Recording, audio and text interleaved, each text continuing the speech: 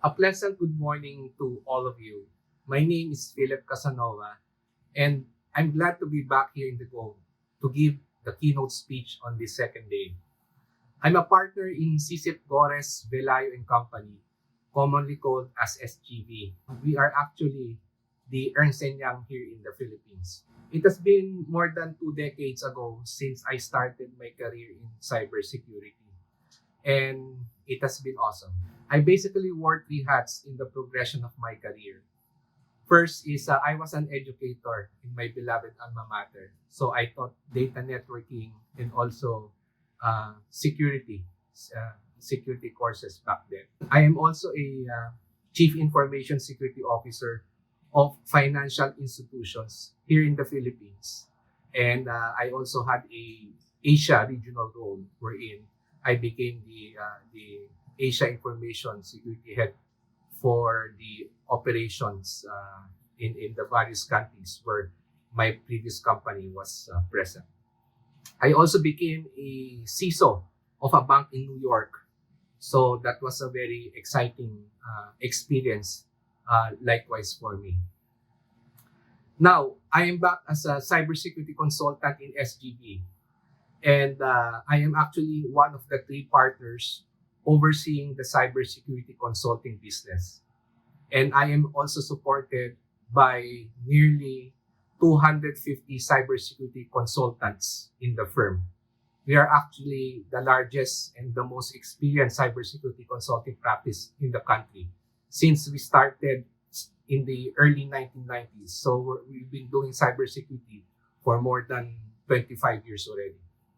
When I was asked by the code and also by Madam Alma if I can give a talk here in this conference for this year, I immediately said yes without any hesitation. Not only because that Alma was my batchmate in college, but I also felt compelled to share my experience to a wider audience. What a better way to do that than here in the code, which is the largest cybersecurity conference in the country. 2 decades is a long time, and so much lessons learned, so much lessons learned to share, and to follow through what worked and to avoid what didn't. I hate to say this, but a good number of you might not have been born when I was configuring a two-port VPN device. And the size of that VPN device is like a mini fridge, that big.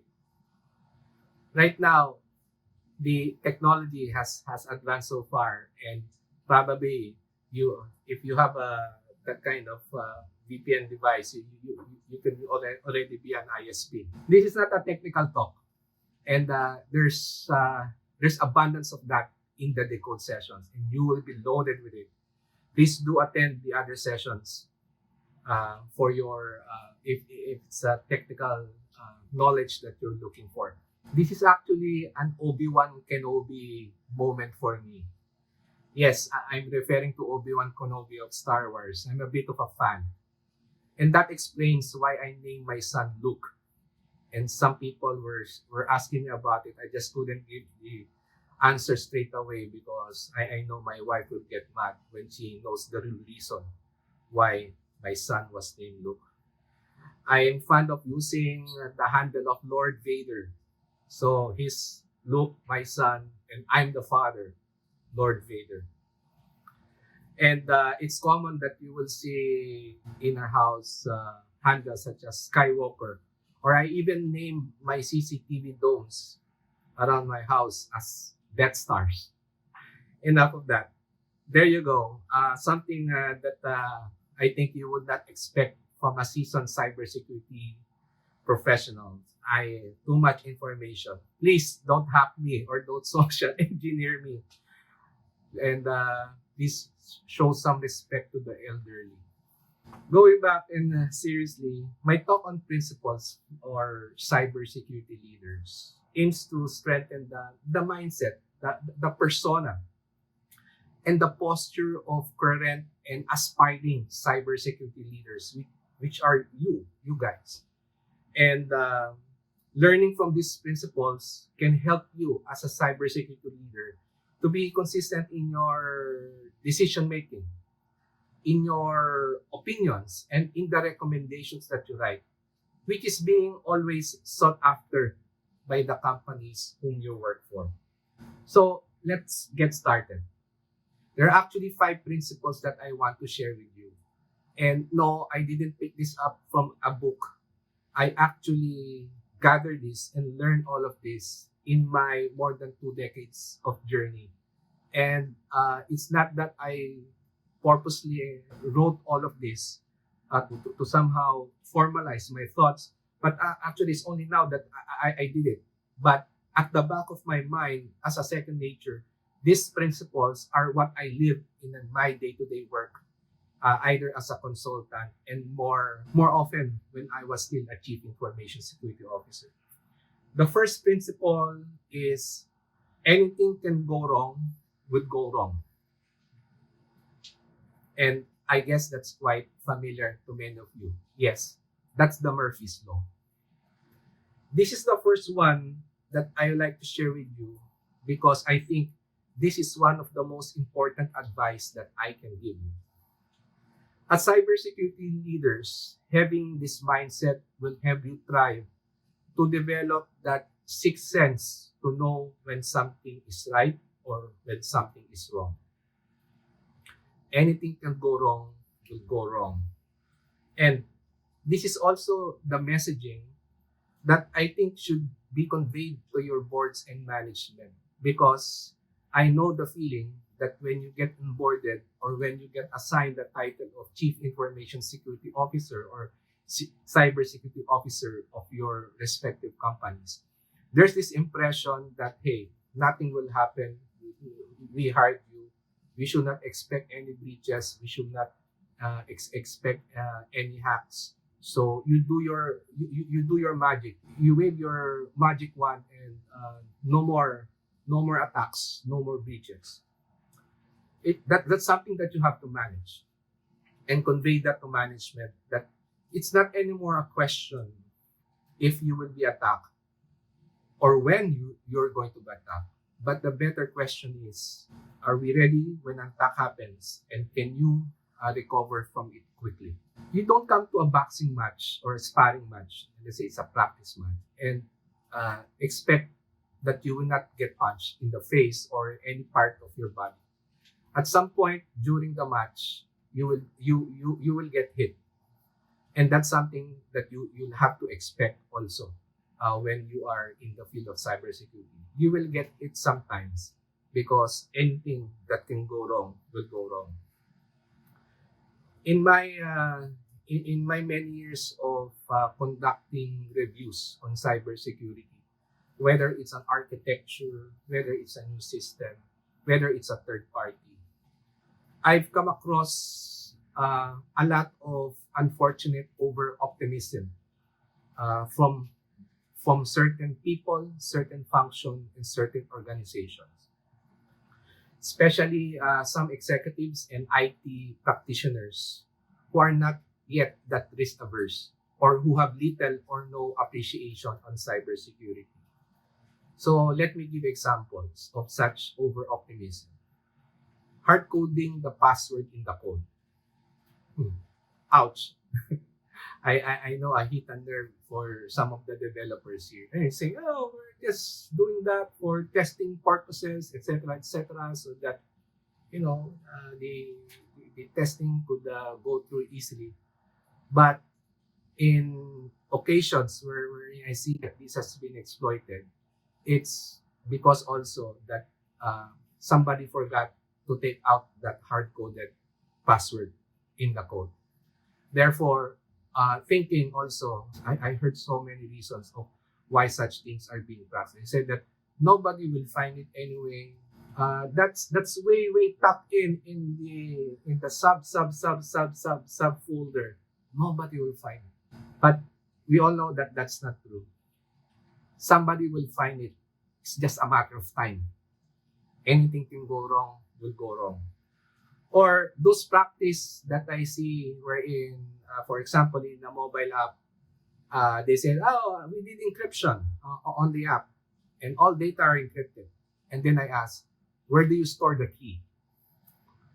And they will say it's in the device because it's easier to do that. So in those occasions, that's the time that I will have that difficult discussion with the system proponents, because it's likely that they would have to re-architecture. And I asked them, why was your design that way? And a common answer that also comes back to me is still on the flavor of over-optimism. Nobody will find it from my perspective. And we all know that that is wrong. Or probably those who attempt to make their own encryption algorithm. And I've seen this before because I know certain, probably some developers are not that familiar on how to use standard encryption functions in the development platforms that they're using. And so what happens, instead of using them, they develop their own. And they do the cyber substitution method, replace an A with a B or C with a something. And we all know that nowadays, given the power of the computing device that we have, it will just be a matter of minutes before such encryption algorithm would be broken. Or probably for the network administrators who would use default settings in their in their network devices. For example, not hardening the network devices and using the SNMP community string as public. So I saw that being exploited many times all over in my career. Or when a user account is being used for system administration purposes, bad. Because I asked also why the system administrator is using his regular or user account for this. He said, I don't want to switch accounts when I'm doing my office work and when I'm doing my system administration work. And I've seen this exploited many times also, many times, because you're using your office account work to do emails, to do web browsing. You use that for system administration. So that's quite scary. So all of these things do happen in our organization, and we as cybersecurity leaders would have to remind these functions, these people, or even management or the board, that anything could go wrong would go wrong. And we always need to have that stance. And that has to be conveyed properly to management, and that the function that you perform in cybersecurity is a risk management function. Meaning, if it's a risk management function, you're there to minimize the risk to an acceptable level and not to eliminate it. Okay? So, risk will be there, threats will be there. There will always be a threat knocking at the door of your perimeter or even inside. It will always be there. But you, as a cybersecurity function, would just have to put that risk at an acceptable level to the organization. That being said, this is also being used as an excuse by some, shall I call, those who are a bit lazy in their in performing their cybersecurity responsibilities, because they'll say, anyway, we'll be hacked anyway. So what's the point of putting controls, right? So it should not be the case.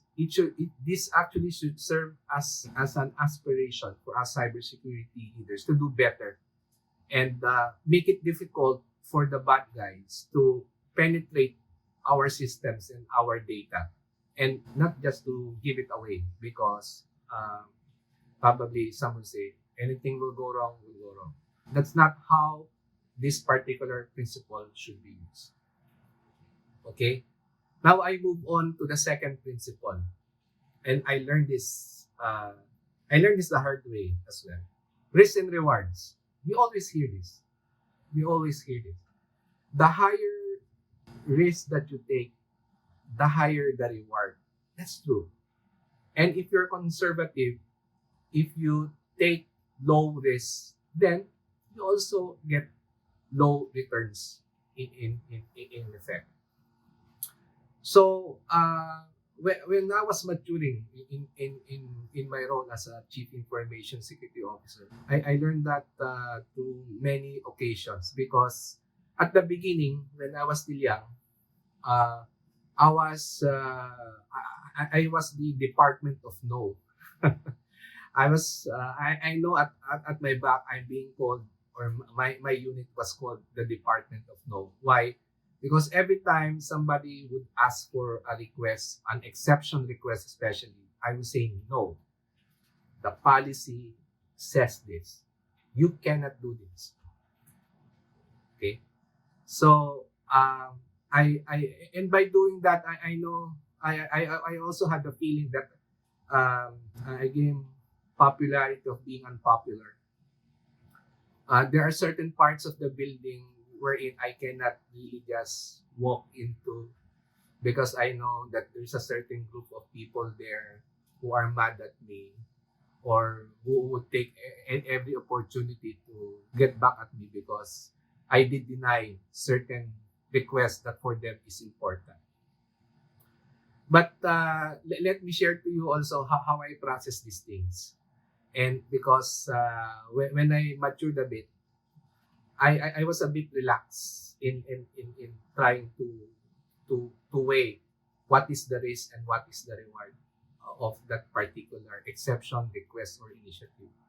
So first thing that I ask is, what's the data? So if the person requesting for an exception or the system that is being proposed to be implemented, that's the first thing I ask always. What's the data involved? As soon as they say there's customer information, there's financial information, there is employee information, or any type of information that is classified as sensitive or confidential to the company. That's when I change my persona and say, okay, so this will be now a different conversation. You must have authentication, you must have encryption, you must do these kinds of tests, you must subscribe, or you must accomplish this particular checklist, etc., etc., etc. So there will be a series, there will be a number of requirements that I will demand from you, because the type of data, that will be processed in that particular initiative or system would dictate also the type of controls that will be required by me. And next thing that I will ask is, how much is this going to contribute to the company financially or in reputation, etc.? So what's the gain? What will be the gain for the company?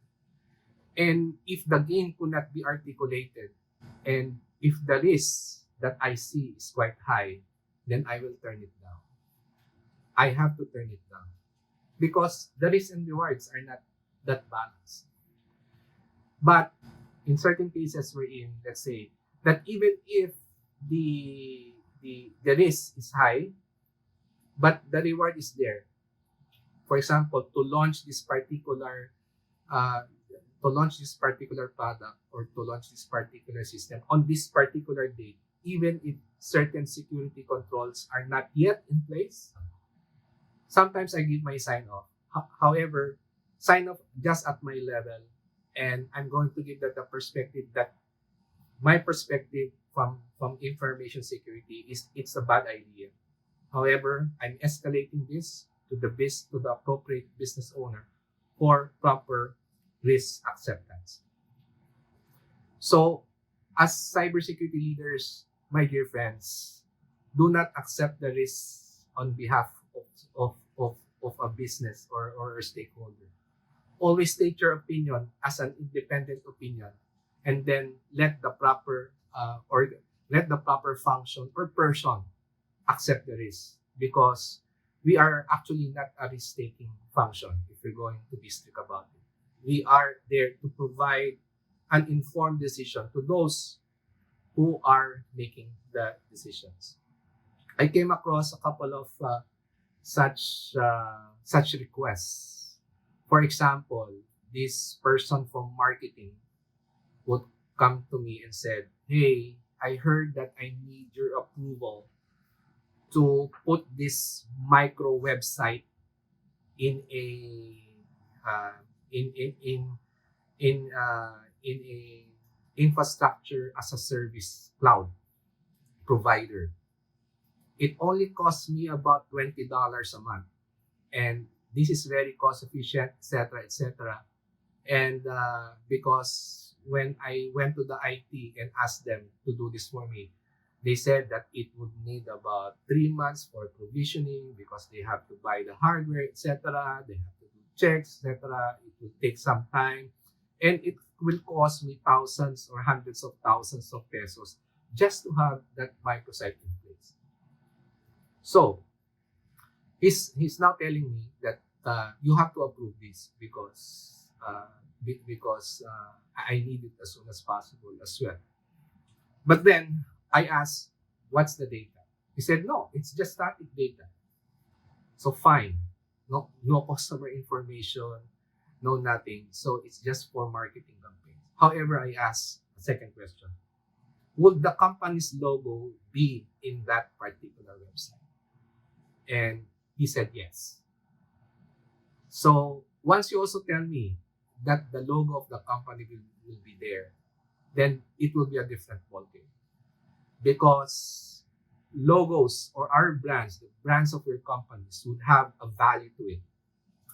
And if that brand is somehow tarnished because of, let's say, it was defaced, so the logo of your brand was somehow modified, and it will look ugly, or it will be against, if there's some protest against that your brand, and they use that for that particular venue to express such protest, then there will be a reputational impact to your brand.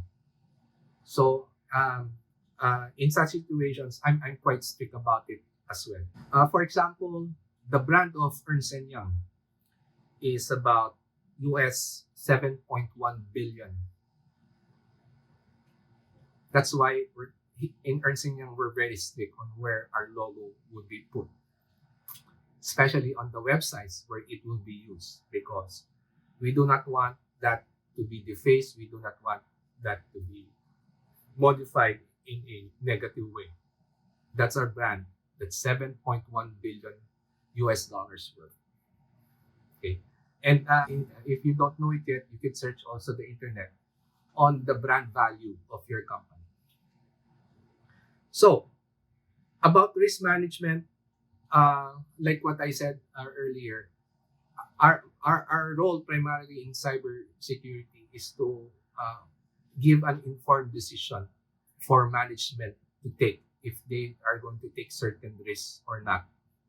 And this is a common mistake or a misconception by some of cybersecurity leaders, that they sign off on the risk and say this cannot be. No. Since we are a governance function, we cannot be showstoppers, but our opinions should be well documented, well written, and it should be given to proper functions or proper management for the risk to be accepted properly. And so, as long as exceptions are properly documented and the risks have been properly identified as well, and the right people would accept it, then go on. But again, we should be able to properly articulate the risk of the non-compliance. And knowing the business helps a lot when you do the risk and rewards balancing act. And because that would also somehow balance that off your opinions on certain things. While you are hard on the controls, then there's the business side that also has to be factored in. So you must know also the business side and know how the business operates for you to properly conduct a risk assessment. Okay. Now, third principle, knowing the wisdom behind the rule makes it easier to follow it.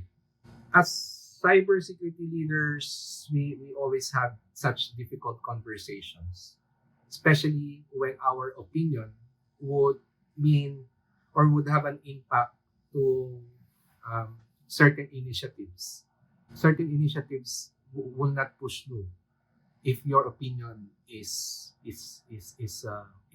saying that don't go for it, or if your advice is telling management no, don't go for it unless they do this.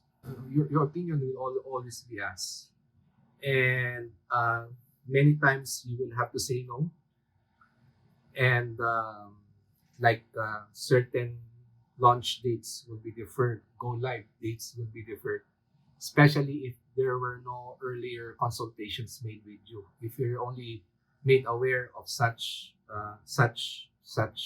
initiatives late in the game already. It's always handy actually to have good communication skills to convey an opinion that cannot be uncontested. So it's an art. It's an art that you have to develop. And while you're delivering your opinions that cannot be uncontested, you're also maintaining the relationship for those who will be affected, not burning the bridges. In other words, so I would have a couple of analogies around this, like when I'm explaining why certain controls have to be in place, and um, and let's say the one being given the opinion is somehow hesitant about it. So I always look at the analogy of when you are crossing a two-way street, no? So what's the rule when you're crossing a two-way street, and if it's allowed, if there's a pedestrian lane to that. So first, where do you look before making the first step? You look to your left. This is my left. And once you're in the middle of the road, then you look to the right to see if there's any incoming vehicle. So that's the rule, right? That's the rule. And if you're going to explain the wisdom behind it, is because if you look to your right, then if there's an incoming car coming from the left, you'll be hit. You'll die. Basically, that's the wisdom behind it. If you don't follow the rule, you'll die. And by the way, that analogy works for countries of left-hand driven systems, such as the Philippines and the US. Or when we do communicate such controls, I know there will be difficult situations. I remember when if you had experience having a root canal or going to the dentist, while the dentist is doing that thing, and it's painful sometimes, even if there's anesthesia. And the dentist will say, "Is it painful? Masakit ba?" So I will picture myself delivering, having those difficult conversations, or especially when I have to say no to certain things. These are the facts. These are the state. These are the conditions. And the decision whether this is a go is not in your hands. You cannot override me because I'm a governance function, and I cannot make a decision on it. Why not? Let's elevate this to the right person or to the right board committee who could arbitrate and to make a proper decision. So that's how I settle it. So I just say that this is beyond our pay grade to make such risky decisions. So let's elevate it to the right committee, to the right person. Such conversations that I have before also, I find it difficult when I go in our organization and found out that the USB drives are still open in the laptops. or when internet browsing is unrestricted, they could access anything. And in the first bank that I joined when I was as a CISO, that was actually the case. USB drives are open, and people were saving their files in the USB instead of or on the laptop or in the shared rooms. They have reasons. They have reasons for that. They designed a workflow that included the clients to use USB or even to use Yahoo Mail or uh, or Google Cloud to upload certain customer or company related information. That's bad. That's a nightmare. And I had to arrest that. That's actually one of the first things that I did. By doing that, I was new. People really don't know me that much, but when I locked down the USB and when I restricted the internet access, instantly I became popular. I have this 200 emails a day. It was challenging. But I didn't care. I didn't care because I was backed up by the board. I was backed up. I was reporting to the president back then. So, you know, I don't care. I don't care. And I gave you fair warning, etc. before I'm going to do this, to shift to a new process or to a new thing. And I made myself available to give guidance. But you didn't follow. So, just eat humble pie and let's move on.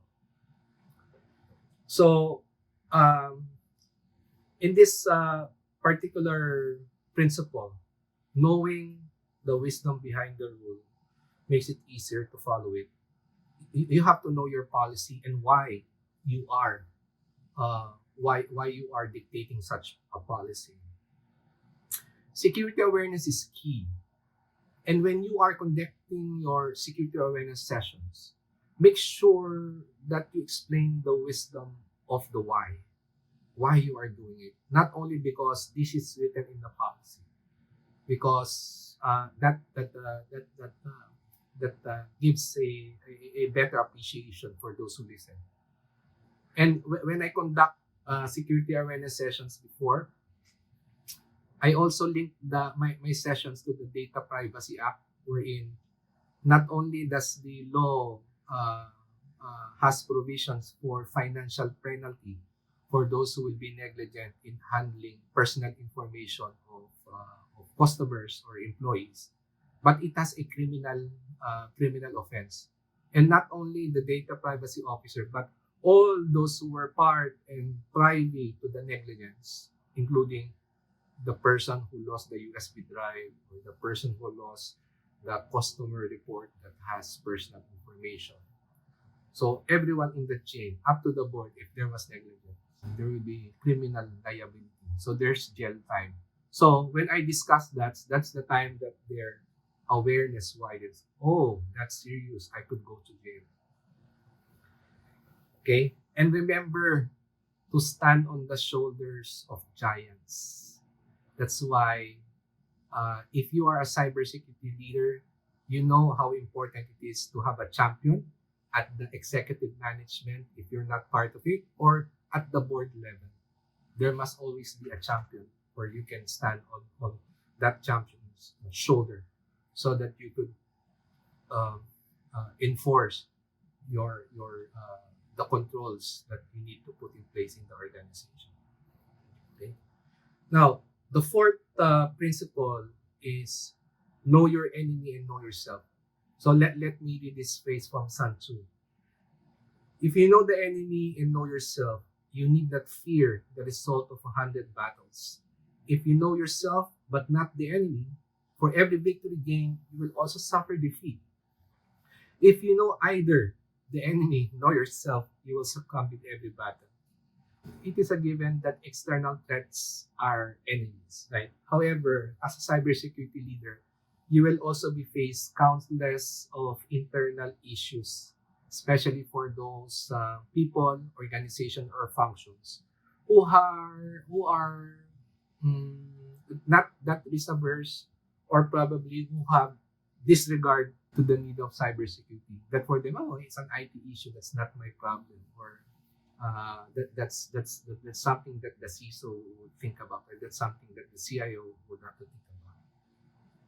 In our recent Global Information Security Survey in EY, we do this annually.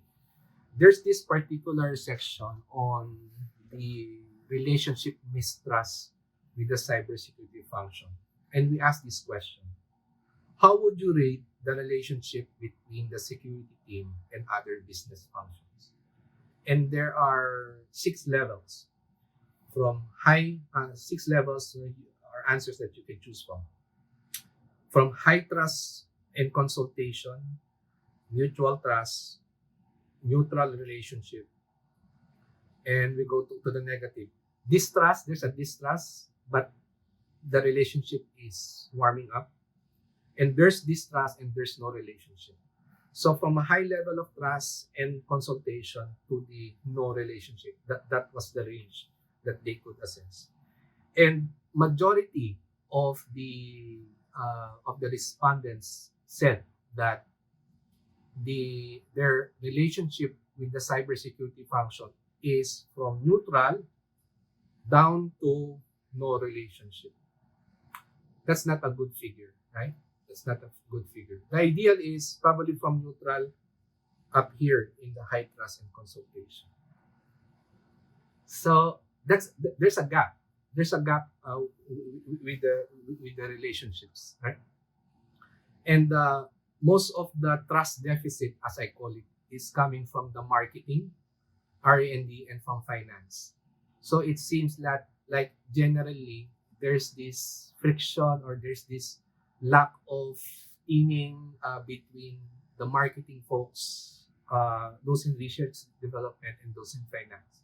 I've experienced that personally because, for example, in some finance functions, they will say, you have to disable the control on DVR writing on my computer.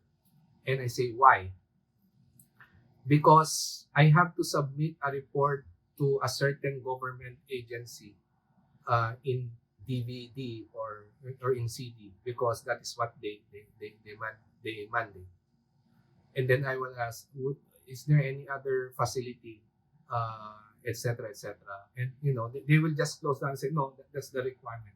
So sometimes there are those discussions. Well, in marketing, probably also because of the rapid turnaround times on when they thought of idea and to respond also to a competitor, I need to come up with this initiative as soon as possible. Therefore, come up with a website, come up with an app, etc. And because of such timelines, probably a lot of unplanned things that they have to respond to. So sometimes it creates friction because you will say, hey, there's a company logo. I want to make sure that our brand is safe, etc., etc. That the platform you're going to put in is approved, secured, safe, etc. Okay. So the earlier principles on risk and rewards and knowing the wisdom behind the rule would help in this further in this particular principle for you to live it. That know yourself and know your enemy, and know also those people whom you have to work with. Cybersecurity is not an island, nor is it an ivory tower that you disregard everything else in the organization or in the system because you are a strong governance function. There are relationships that you will have to manage and that you will have to nurture along the way because eventually cybersecurity should be those relationships should be maximized so that later on cybersecurity would also be looked as a strategic partner or as a partner rather than somebody who's policing them, but more of a partner because you cannot have digital transformation or digital innovation without security. And that's the trend right now of many companies, especially because of what happened in this pandemic. Many organizations are moving into the digital forefront. You cannot have a digital transformation or a digital program without cybersecurity. And because of that, there has to be proper relationships that have to be established. Okay, the last principle that I want to share with you, last point, principle number 5. And pardon for my non-Filipino audience here, I will use the local term. The 5th principle, walang bida kung walang kontrabida. Or in English, there could be no hero if there is no villain. I saved the best for last because this is also the concluding principle that I think would tie up many things that I said.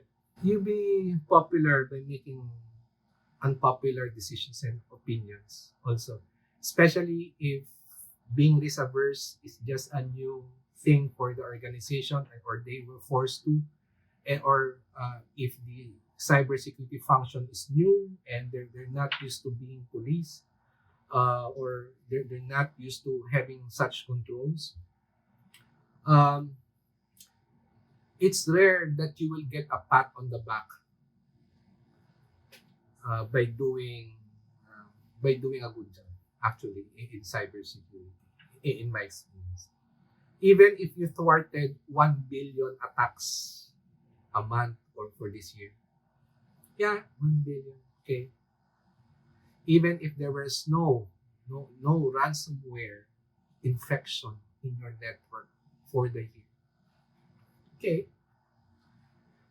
Even if there's no data breach and your company didn't have to write a letter to the National Privacy Commission to report a breach, even if your transactional websites are operational all the time, despite that there were denial of service attacks that were directed to you,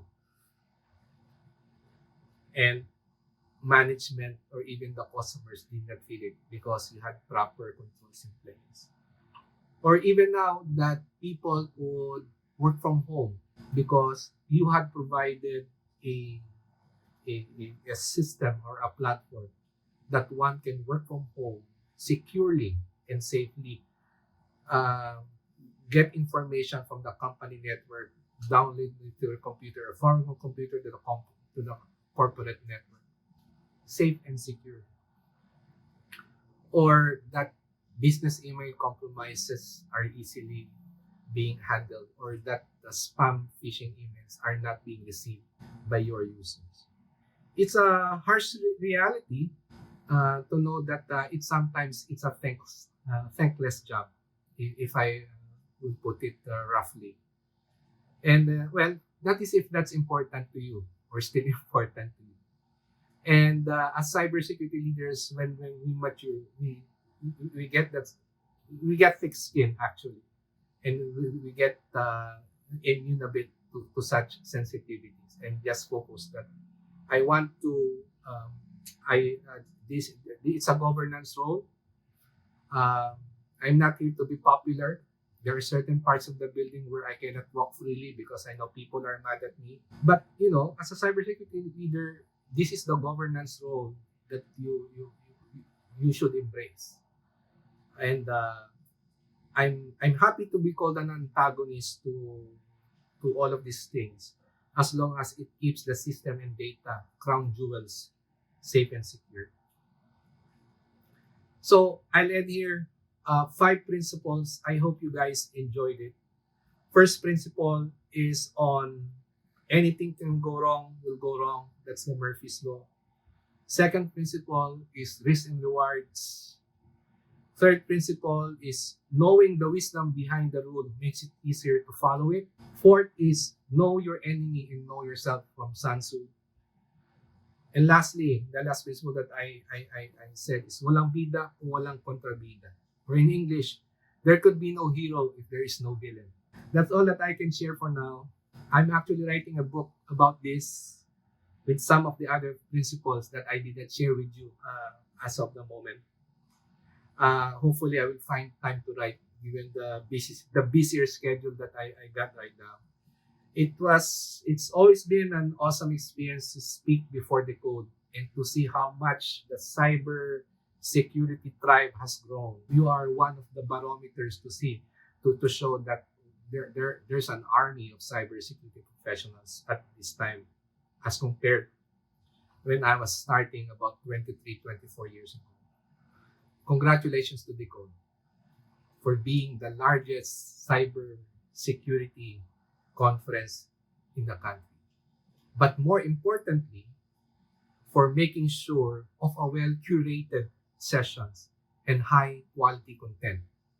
So, applause to that. I wish and pray for your safety and well-being. Take care and enjoy the rest of the conference. God bless.